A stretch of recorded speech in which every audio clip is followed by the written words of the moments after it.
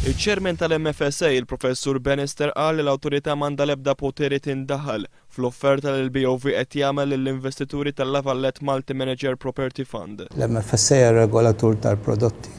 Fl-offerta m'għandha ebda poteri li tindaħħal. L-MFSA li pruvat tagħmel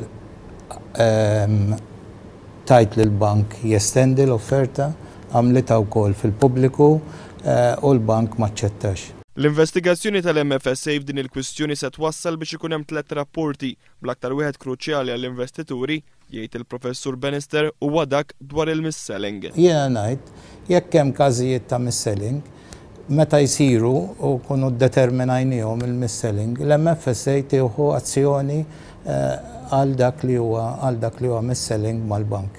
L-azzjoni propizja skont il-livell ta' mis-selling li kien hemm. Jiġifieri nistgħu ngħidu li r-rapport tal-mis-selling huwa rapport kruċjali f'din il-kwistjoni.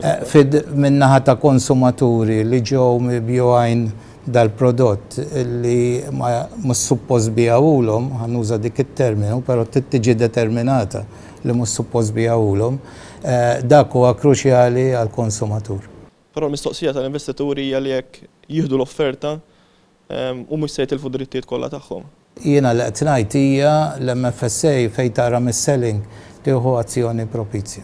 Il-qorti mhijiex l-unika rimedju li jista' jittieħed mill-MFSA u għalkemm hi ma tistax tordna l-bank jagħti l-flus lura lill-investituri tista' timponi sanzjonijiet. Iżda dwar se tkun din l-azzjoni xierqa min-naħa tal-MFSA, iċ-ċermen ma xtaqx jikkummenta qabel tkun konkluża l-investigazzjoni. Bannister qal l-MFSA la tista' tagħti pariri lill-investituri u anqas isservi ta' medjatur, imma saħaq li l-aktar ħaġa importanti huwa li dawk l-investituri li jaħsbu li ġew mibjuha prodott li mhux suppost kien mibjuh lilhom għandhom iresqu l-ment quddiem l-MFSA u jagħtuha l-approvazzjoni tagħhom biex tinvestiga. F'dan il-każ il-BOV qed ikun akkużat li bijaw dan il-fond lil persuni ordinarji meta suppost dan il-fond kellu jkun mibjuh lil persuni b'esperjenza fis-settur. L-offerta li qed jagħmel il-BOV u l-investigazzjoni li qed tagħmel l-MFSA huma indipendenti minn xulxin. Iċ-ċermen tal-awtorità mwaqfa bil-liġi biex tħares il-konsumatur qal li hu ma jemminx li l-MFSA fallit dan it-test importanti. Il-problema hi li biex tmexxi kollox legalment trid iż-żmien.